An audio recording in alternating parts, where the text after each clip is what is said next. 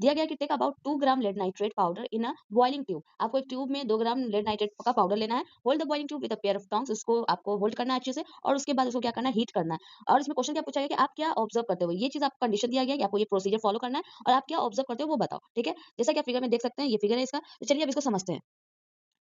सबसे पहले आपको प्रोसीजर क्या दिया गया था कि टेक लेड नाइट्रेट जो है उसको टेस्ट ट्यूब में लेना है। Lead nitrate is a solid form होता है जिसको हम लोग को टेस्ट ट्यूब में लेना है और उसके बाद उसको हीट करना है स्ट्रांगली, बहुत अच्छे से उसको हीट करना है, ठीक है। सबसे पहले जब कोई एक्टिविटी दिया गया, अगर उसमें कोई रिएक्शन फॉलो हो रहा है तो आपको रिएक्शन लिखना होता है एक्टिविटी में, ताकि आपको हर एक एक्टिविटी का रिएक्शन आना चाहिए, उसका बैलेंसिंग इक्वेशन भी आना चाहिए, क्योंकि एक्टिविटी से डायरेक्ट एग्जाम में क्वेश्चन पूछा जाता है। तो यहाँ पे एक्टिविटी का रिएक्शन दिया गया है, लेड नाइट्रेट लेना है। लेड नाइट्रेट का फॉर्मूला ये होता है, आपको अच्छे से याद रखना है केमिकल फॉर्मूला। और जब लेड नाइट्रेट को हीट करते हैं, ये हीट का सिंबल होता है, तो हीट करते हैं तो वो लेड नाइट्रेट तो ब्रेक डाउन हो जाता है किसमें, लेड ऑक्साइड में, नाइट्रोजन डाइऑक्साइड में और ऑक्सीजन में।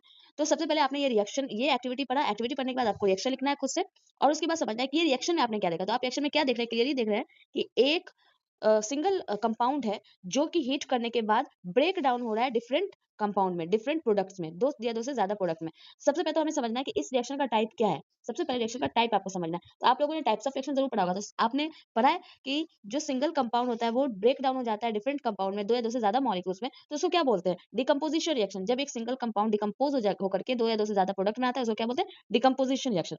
उसके बाद हमने पढ़ा था कि डिकम्पोजिशन रिएक्शन भी फर्दर 3 टाइप्स का होता है। अगर हीट करके वो ब्रेक डाउन हो रहा है, तो वो क्या है, थर्मल डिकम्पोजिशन।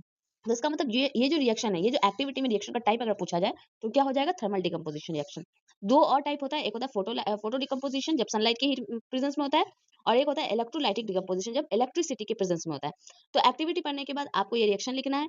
आई होप आपको रिएक्शन समझ में आ गया होगा। नेक्स्ट ऑब्जर्वेशन, तो आप क्या देखते हैं कि एक ब्राउन फ्यूम्स जो होता है ना इस रिएक्शन में, जब आप हीट करते हो तो टेस्ट ट्यूब से एक ब्राउन फ्यूम्स जो है ना इमिट आउट हो रहा होता है, बाहर निकल रहा होता है, ठीक है। तो ब्राउन फ्यूम्स जो है वो इवॉल्व हो रहा होता है, वो एक गैस है। अब वो ब्राउन फ्यूम्स कौन सा गैस है, तो नाइट्रोजन डाइऑक्साइड है। तो यहाँ पे ऑब्जर्व आपने क्या किया कि brown fumes of nitrogen dioxide gas evolve बाहर निकलता है।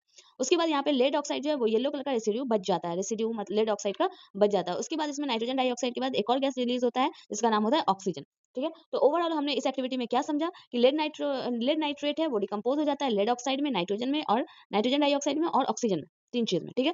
इसमें रिएक्शन का टाइप अगर पूछा जाएगा तो क्या है, थर्मल डिकम्पोजिशन रिएक्शन है। इसमें कौन सा गैस इवॉल्व हुआ है, नाइट्रोजन डाइऑक्साइड और ऑक्सीजन। ब्राउन फ्यूम्स में से जो निकल रहा है, ब्राउन फ्यूम्स जो निकल रहा है, ब्राउन कलर का जो फ्यूम्स निकल रहा है वो कौन है, क्या है, नाइट्रोजन डाइऑक्साइड है। तो आई होप ये आपको क्लियर हो गया होगा ये एक्टिविटीज, और इसका रिएक्शन तो आपको अच्छे से याद रखना है क्योंकि रिएक्शन से टाइप्स ऑफ रिएक्शन डायरेक्टली पूछा जाता है एक्टिविटीज से। तो चलिए मिलते हैं नेक्स्ट एक्टिविटी में।